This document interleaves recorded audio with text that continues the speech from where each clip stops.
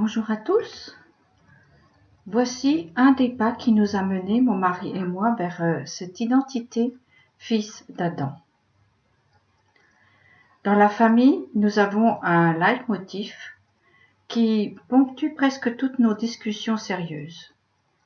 Il faut revenir au commencement, que ce soit pour introduire le dialogue ou pour le conclure, comme si tout était dans ces mots, comme si c'était le début et la fin de toute chose.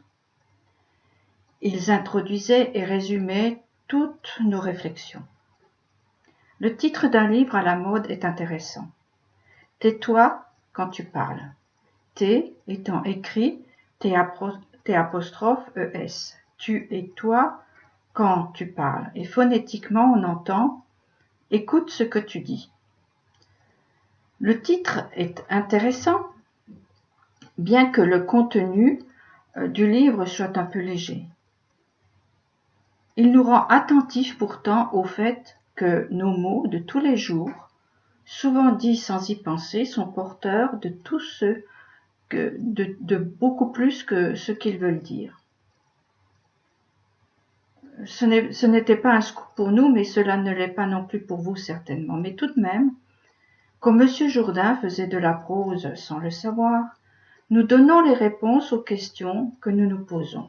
Dit autrement, le remède est dans la maladie. D'une façon plus complète et plus élevée, Moïse dit au peuple que la doctrine qu'il doit observer est tout près. Il leur dit « Tu l'as dans la bouche et dans le cœur ». Cela ne veut évidemment pas dire que chacun d'entre nous est un prophète ou un Moïse. Cela veut dire que la parole, don fait aux hommes, a des racines au-delà de ce que nous entendons. Il y a la doctrine qu'il vaut mieux observer, et il y a celle qui nous mène, cachée dans les mots que nous n'écoutons pas. Écoute ce que tu dis. Tu t'entends quand tu parles? J'ai remarqué que nous avions des refrains, des phrases refrains par exemple. J'ai peur, ça m'énerve, j'ai pas envie, c'est ça la vie, on n'y peut rien. Cela est presque toujours le début d'une conversation ou le prétexte d'une conversation et sa conclusion. En tous les cas, c'est notre croyance et c'est elle qui nous mène sans faire de bruit. Écoute ce que tu dis et tu entendras la rayure sur le disque qui te fait patiner. Donc, mon mari et moi, c'était « Il faut revenir ». D'où? Et pour aller où? La réponse que nous entendions était « au commencement ». Mais alors, nouvelle énigme. De quoi? Commencement de quoi? De qui? Nous avons donc cherché où nous étions, où nous en étions, qu'est-ce que nous faisions, comme le demande le prophète Agé. Appliquez votre attention à votre manière d'agir. Réfléchissez à ce qui vous arrive. Il me semble que ceci est la répétition de l'appel de Dieu à Adam. Où es-tu? Non pas qu'il ne savait pas où le trouver, bien sûr que si qu'il savait où il était, mais c'est Adam qui doit se poser la question. Où suis-je? Qu'est-ce que je fais là? Quel sens a ma vie? A-t-elle seulement un sens? Beaucoup pensent que ce sont des questions de vieux. Vous vous trompez, car ce sont les jeunes, et même les tout jeunes qui se les posent avec leurs yeux écarquillés sur le monde, sur ce qui arrive à leur portée. Qu'est-ce que c'est ça?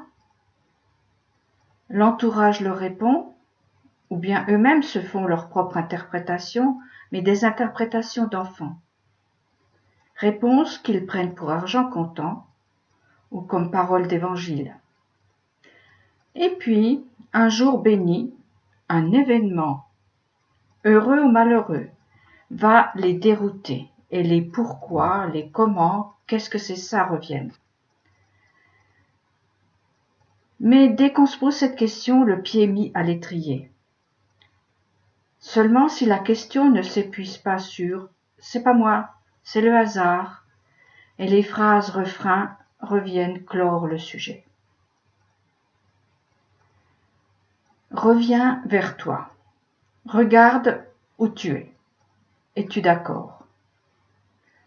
On t'a dit ceci ou cela. Où cela t'a-t-il mené?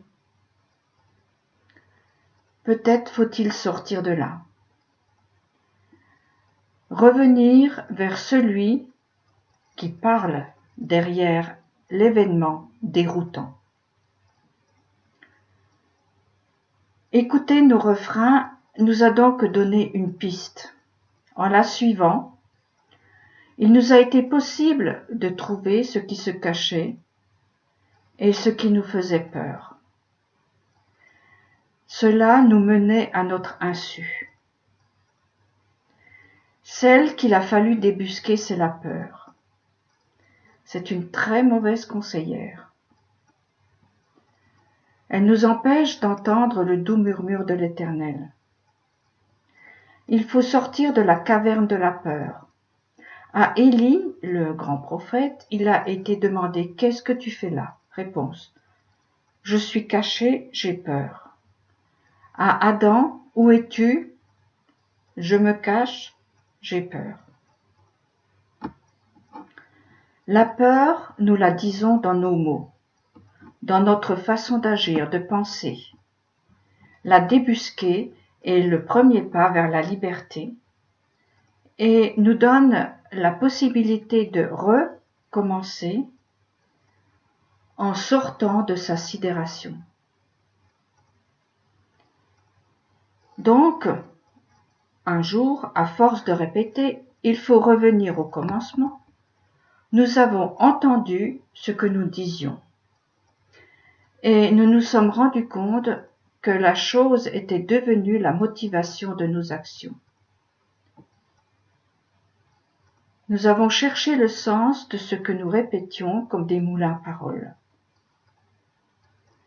Et alors, derrière, dessous, en dessous, ou au-dessus, comme vous voulez, nous avons trouvé une source inépuisable, d'abord de perplexité, et puis de richesse à vivre.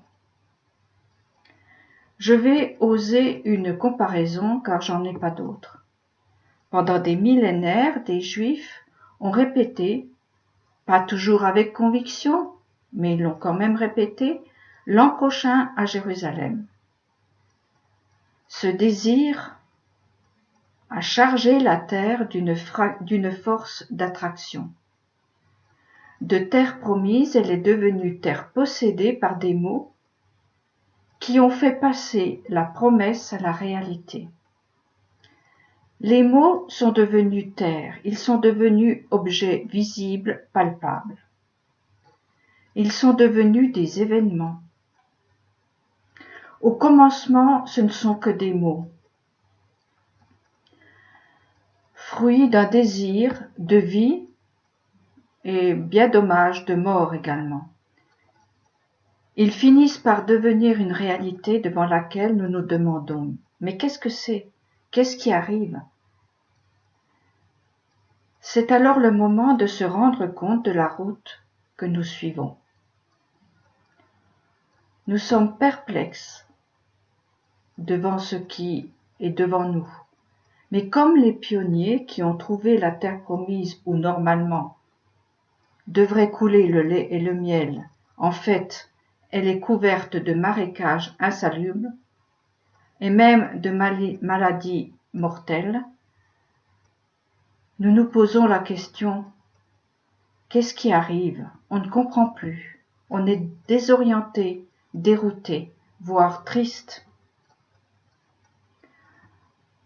Au commencement, le commencement, premier mot de nos Bibles, nous donne une vision étrange de ce qui s'y trouve. Le tohu-bohu, l'obscurité, l'abîme. Il n'y a que solitude et chaos. Une vraie terre pleine de désolation. Et pourtant, pendant des années, nous avons répété ce mot comme objectif, comme destination. un point de commencement et de fin. Il faut revenir là, au commencement. C'était, nous semblait-il, la solution, mais également le projet, tout comme le retour à Jérusalem était un projet et une solution. La solution ne s'est pas avérée aussi merveilleuse que l'imagination le faisait entendre. Comme les explorateurs d'autrefois, la question nous a été alors posée. On y va ou on n'y va pas? Faut-il être raisonnable ou fou? L'histoire de ces hommes dans le désert brûlant qui ont choisi la raison, leur histoire a très mal terminé. Donc, allons vers la folie des promesses divines et avançons vers ce chaudron qu'est le commencement. Là où le feu de la première parole divine donne un sens au chaos. Revenir à la Torah, c'est revenir au commencement de tout. En parlant, nous nous sommes rendus compte qu'elle était comme un sac de graines. Elle raconte tous les commencements possibles, la création du monde, de l'homme, le commencement de la jalousie et du meurtre avec Caïn, la première prise de position contre l'environnement avec Abraham, le premier roi déchu avec Saül, le premier roi bien-aimé avec David. Et j'en passe beaucoup, car le corps total de la Torah est un commencement. Écoute ce que tu dis lorsque tu te poses des questions fondamentales comme le sens de ta vie, le pourquoi c'est comme ça et pas autrement, pourquoi la vie, pourquoi la mort, pourquoi la souffrance. Autant de questions qui ne trouveront pas de réponse satisfaisante en dehors de celle-ci. Il faut revenir au commencement. Revenir à la source et pouvoir dire « L'Éternel me fait reposer auprès des eaux calmes, je ne manquerai de rien. » Revenir implique de se retourner, de tourner le dos pour recommencer. Là est la clé. Le pouvoir de commencer, de vaincre les forces d'inertie. Venir au commencement, c'est entrer dans la maison où tout est à nouveau possible. Le lieu où la vie n'arrête pas de jaillir. Il n'y a pas de vieux, que des enfants qui commencent à vivre. C'est devenir curieux de tout ce qui arrive. Qu'est-ce que c'est? Où dois-je aller? Pour cela, il faut se laisser dérouter par l'événement et écouter. Moïse a quitté le chemin qu'il suivait pour faire paître tranquillement les troupeaux de son beau-père. Lorsqu'il a vu une chose étrange, un feu qui ne consumait pas le bois qui le nourrissait. Quel drôle de feu, mais aussi quel drôle de bois. La mort est vaincue à cet endroit. On est devant le chaudron où se transmet la vie, au commencement. Il faut s'y tenir et écouter. Revenir près de Moïse, donc près de la Torah transmise et décodée par les maîtres d'Israël, ses héritiers. Nous avons encore découvert que le commencement dont il s'agit est comme le lieu secret où se fabriquent les cellules souches dans le corps. Au départ, elles sont indéterminées. Elles n'ont pas de directive jusqu'à ce qu'elles prennent un sens. Ceci se fait au plus profond des entrailles de la chair. Une étincelle les réveille, et puis elles vont vers leur mission. Au commencement, tout n'est que mélange, chaos, obscurité, et le souffle de Dieu plane à la surface de ces eaux. Ce souffle dit, et la direction est donnée. Chacune va devenir prendre corps. Revenir au commencement je ne sais pas ce que cela peut signifier pour chacun. C'est un mot unique qui a une saveur unique, comme la manne dans le désert, qui avait un aspect uniforme, et pourtant chacun la ressentait différemment. Méditez le mot, cherchez les clés de son ouverture dans les enseignements de ceux qui nous ont offert ces coffres à trésors au péril de leur vie. Chaque mot biblique est un coffre ou un puits. Revenir au commencement, c'est d'abord revenir à ces mots chargés de toutes les énergies du possible, les ouvrir avec les clés adéquates et trouver enfin ce qui fait la force de l'Adam. De l'amas informe du commencement, comme la petite boule de cellules souches embryonnaires dans le ventre de la mère, le fils de l'Adam va se tisser par l'impulsion du souffle qui plane au commencement. Se laisser souffler, aspirer autant que insuffler par les mots créateurs et organisateurs, permettra de nous trouver, de revenir d'entre les morts, de revenir à la source de la vie pour y puiser les forces des cellules souches qui sont en réserve pour la formation des fils d'Adam. Le concept lancé par le Rav Dinovist est lui-même une cellule souche qui doit devenir ce qu'il doit devenir par le souffle puissant de l'esprit qui plane sur lui. Je pense qu'il ne faut pas donner de réponse trop rapide au « qu'est-ce que c'est ?»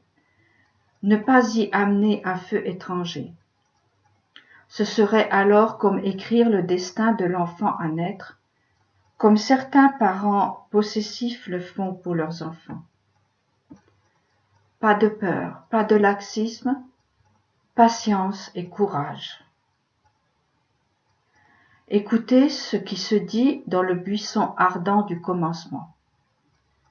Voilà notre premier pas de retour à mon mari et à moi.